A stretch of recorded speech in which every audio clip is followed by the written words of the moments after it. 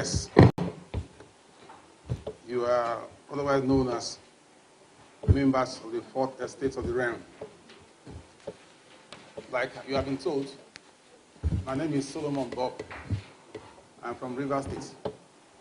And I just want to come here unpermitted.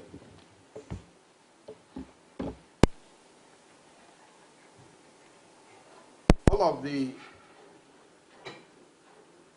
adjectives I've used, no person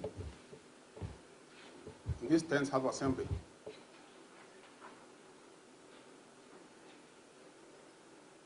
qualifies more to answer to them than a certain charlatan,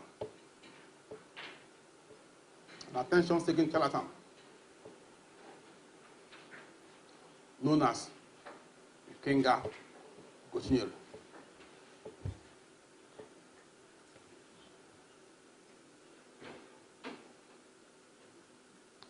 This is one character whose behavior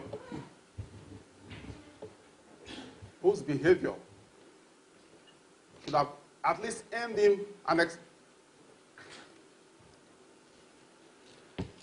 a suspension from this house. Serious sanctions. Should have earned him a serious sanction from this house. But he's been protected. He's been enabled. I know he's an enabler in the house. I know he's an enabler. Every time I will tell you. And I will mask him. I won't call him by his title. I'll call his real name. All of you will know. I've gone beyond the point where anybody, an institution to which I belong lawfully, can come and act in an out-of-control manner on matters that concern my state.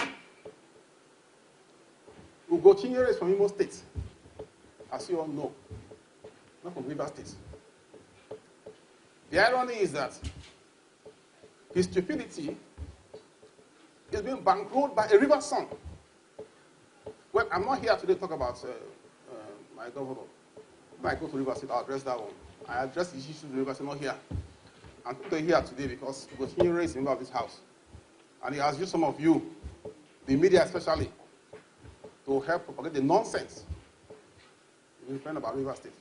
It's from Imo State. Imo State is one state that is roiling in all manner of social turmoil. Kids can't go to school on Mondays. All of you from the Southeast know. Businesses can't open on Mondays. People can't go to work on Mondays. But you have an unreconstructed village idiot who takes attention somewhere else. Because he's a cowardly mercenary. In Imo State, he can't open his mouth, get him out, because he's afraid of him. He can't. He says rather and takes postures at a distant location. He has not been in Rivers State. Doesn't come from there. Doesn't live there. Like I told you, he's a cowardly mercenary. He goes to where the money is. In this assembly, he has been a singular reason for what would have been perhaps the biggest scandal of them all so far. This place. I've been here long enough to know what's going on here. But like I said, he's a enabler. He's protecting him. You can't have an institution where a man acts in out of control manner, behaves recklessly, undisciplined, unscrupulous, totally irresponsible, and he's been protected. All of you should know you have a job. It's not about talking, engaging in glib rhetoric. Oh, democracy is not working. It's not working. Why is it not working? All of you have a stake. Are you doing your job? Just give you garbage, put it out. Garbage, put it out. Ask him, why are you from Rivers State? Who would ask that question? Our jobs here are principally three, and lawmakers. One, lawmaking, to which there's no capacity to engage in. I've not seen him engage in any lobbying activity in the House of Reps since he's been here. He's been here for a year plus now. Two, oversight. Three, representation. Representation will refer you to sections 49 and 72 of the Constitution. It tells you clearly, no federal constituency or senatorial district can fall within more than one state. By implication, you cannot speak for any place other than where you represent. Either constituency, senatorial district, or that state by extension. What I'm telling you, I have tried to put these issues before the House's leadership to call them to order. We as a caucus, River State, wrote to the leadership, to the speaker particularly, specifically, to take action and rein this, man who acts like a demented goat to order. When we call him to order. Yes. All I'm saying to Ugochinyere, to you now about Ugochinyere, print all. He can't do nothing.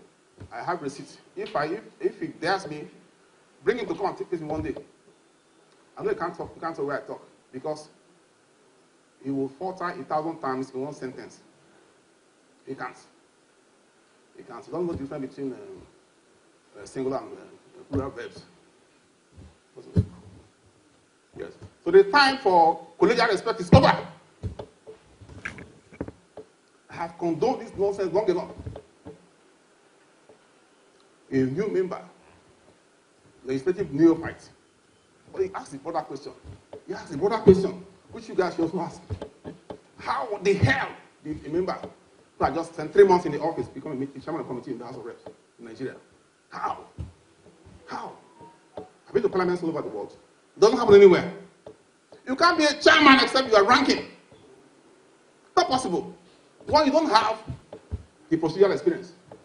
You don't have the institutional knowledge. You don't have the mouse, nothing. Make you chairman. I'm not blaming the speaker. Know that all of this was like a fait accompli, foisted upon him, and the rest of the House was consulted after the speaker. What the hell? So we must ask those questions. How did a member had not spent 3 months in the House become a chairman of the committee, not just the committee, a key committee? So why things don't work in Nigeria? You know things about you're always talking English, like I said. Go scratch beneath the surface, scrutinize and ask basic questions. How did a member become a chairman?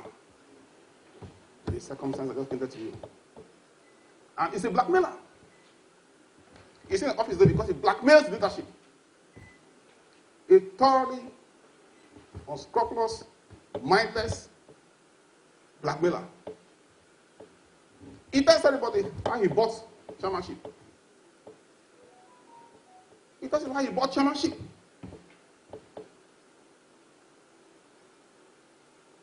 That is not the House. This is not the kind of place where such a character should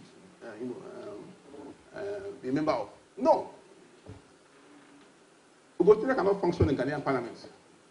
It's not possible. First of all, you won't get elected. South Africa is a bridge too far. That one is like we are in a different world. They are in a different world together. I've been around the world a bit. So when I'm talking to you, listen to me. Hear what I'm saying. Lawmaking is not about prancing around like a goat. Dressed like a levitating sorcerer or native doctor. No. This is a place of serious business. Majority of us here are here for serious business. We're not here for racketeering. But there are a few, among whom is Ugochinyere, whose business here is racketeering. Whether to use leverage on this place and the position of the given to engage in racketeering enterprise. And people, someone is enabling him, like I told you.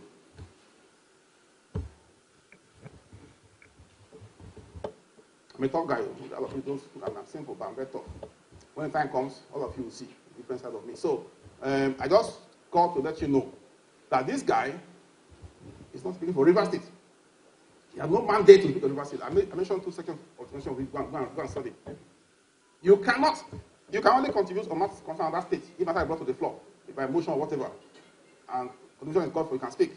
But outside of that place, as a representative, you cannot speak about another state. And most of what he does is outside of parliament. In his office, he calls all of you together. And then he runs, what races through one user statement. And then he goes away. And finally, doesn't take questions. So you guys can't even ask him questions. Huh? So please, to put it straight, this man is a hired mercenary. He's a hireling doing the bidding, unfortunately, of someone who's protecting River State's resources. But he's rather funneling them to a stranger, total stranger, a foreigner, in the context of maybe from River State. Because we all have territories from which we operate. We are Nigerians, I agree. But in Nigeria, we have territories. States have boundaries. Okay? Yes. So long as you run on the platform or within the territory of one state, you cannot go and speak for another state, as I just explained to you. So please, I would take a few questions because today is plenary. And then. So we'll take a few questions, your name and your medium. Next time. Go. Good morning. Yes, please. My name is Ikenga Imo Ugochinyere. First of all, I would like to find out, are you speaking as an individual, you are speaking on behalf of the Rivers State? Thank you. Two, Okay. we all know that rivers have been boiling for this one of the contentions is the disagreement between the governor, the current governor, Governor Bribery, and his predecessor, the FCT minister. And we know that Ugochinyere has been speaking in support of the city government. We are taught in the classroom that if any politician cannot erosion and say anything, and as he's saying the issue are so careful, and you go and put it down, it's public. If the second party sue you for libel or anything, and you be in trouble. Now you are here, no speech, nothing. Thank you. Let me respond to those quickly. I'll start with the last one. It's funny that in the 21st century, you're asking me to put something down. I might not be recorded. There's a camera that's over me. What are you talking about? What the hell? Am I dying anything? Cameras over me. Transcribe and publish. That's the point. I mean, we are going back. Are you an analog journalist? I'm sorry, sir. So, the other one you said individual. Yes, I'm here in my individual capacity as someone representing River State and the part thereof. So, but I'm speaking, it's not the first time I've intervened on Rivers matters. I've done that consistently over the years. Okay? And it is my lawful duty to do that when I see something going on affecting my state. Because I'll be paid the price that all of you here won't pay, except those from River State. Nobody from River State here. Nobody. I'll pay proud of you in your state to go and hide. All of you people in River State. When I see one idiot come and stoke fires of a problem in my state. That's number one. So, in my personal capacity. So, secondly,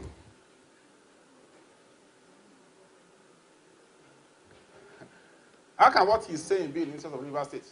Because he's speaking, saying, like I said, I don't want to make this a Fubara issue. I want to arrest Paris, I go to Port Harcourt, not here. But let me just make it clear. What he's saying cannot be in the interest of River State. Okay? Yeah, certainly not. Yeah. Because Fubara has committed so many atrocities. So, that's the point. Anyone? Oh.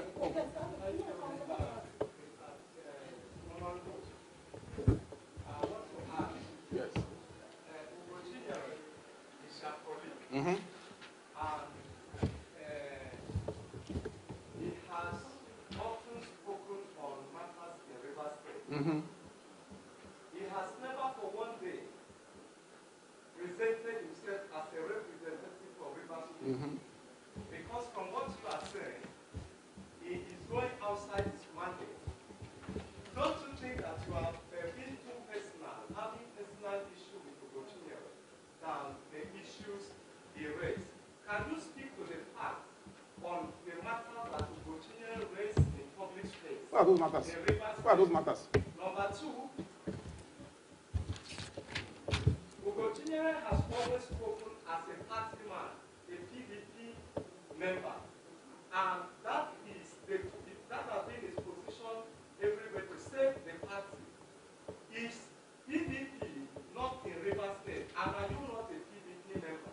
Shouldn't you speak to the issues of PDP in River State? Does Ugochinyere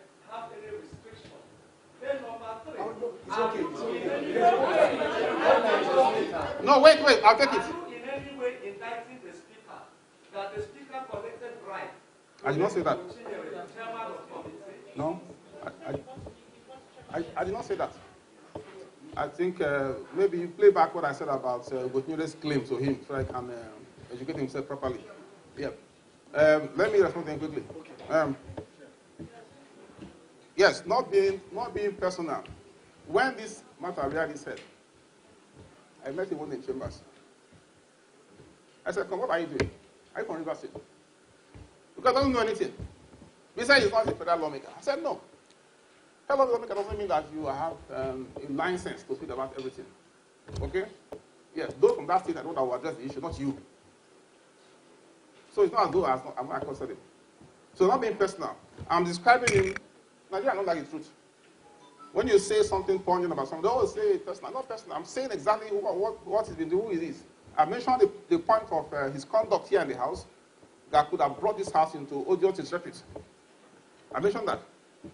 The issue about PDP and not PDP, you can speak about PDP in Imo State. He has no, is he an NWC member? No. Is he a party officer? No. No. He has no authority to speak for the party. They are here, doesn't mean he can speak for the party. The party has spokesmen over there. He can speak about party, maybe in Imo State. Even in Imo State, he has to come through the channel of the party in Imo State, not he himself. Okay? There's a clear distinction between your job as a lawmaker and then the job of those who run the party. He doesn't run the party. So he comes through the pretense of party to launch attacks on River State and stoke trouble. Yeah? It's outside of his mandate, his responsibility as a federal lawmaker. So that doesn't hold any water. That's about what you said, right? Okay, you mentioned about issues. What are the issues you raised? Like I said, this is not a press conference about River State. If I was to talk about River State issue, I'll go to Port Harcourt. Okay, the issues that we know in River State, those of us who are just who know about the issues, are not what you probably have been thinking about. So next. All right. So this going because plenary is about to start. Yes. So I think we'll call this gentleman has been trying to ask this one. Okay. She wants to ask a question. Okay, sure. One lady here, please. Yes, good morning, sir. Good morning. I know that we've alleged some ethical behavior of the Yes. Your name and media, please. My name is Ikenga Imo Ugochinyere. What efforts have you made to take this off in the leadership of the Okay. Thank you very much. Good question. I just said it in my initial remark that we have made efforts. Okay. We have written to, as a caucus, we wrote to the House's leadership to call attention to his unscrupulous and unsecure behavior. Okay. I have also personally met the speaker. In fact, I told the speaker to sack him as committee chairman when the last scandal was about to blow up. I said, "You sack him." It makes no sense. First of all, his appointments violated all rules. What the hell? There's no place in this world, in this same house, where a member who is 3 months on the house is commissioner. Okay, to you all, it doesn't sound sensible. It's not counterintuitive that somebody in the house, a fresh member, will leave ranking members to do what? Leave ranking members to what? You say you have a meeting at the committee level, meet MDAs, and then somebody holding the gavel is a new member. What the hell? What to speak? You take question from him. Where does that happen? Does it make any sense to you? It's like the tail wagging the dog. That's what we're facing here. So I go to sack him. He said, "This man, first of all, was unfit to be appointed chairman." Okay, maybe you bought a pig in a poke. Go and check that out in Libya. Bought a pig in a poke. Now, haven't found out who he is. Give you a chance to sack him. But like I told you, the man is a protected character here. He has a enabler. He has an enabler. When next time I come here, I will name that enabler. If they don't take their time, I will name him. I won't call his name. I'll call him by his name. And nothing will happen. I think it's a good place to end this. Thank you.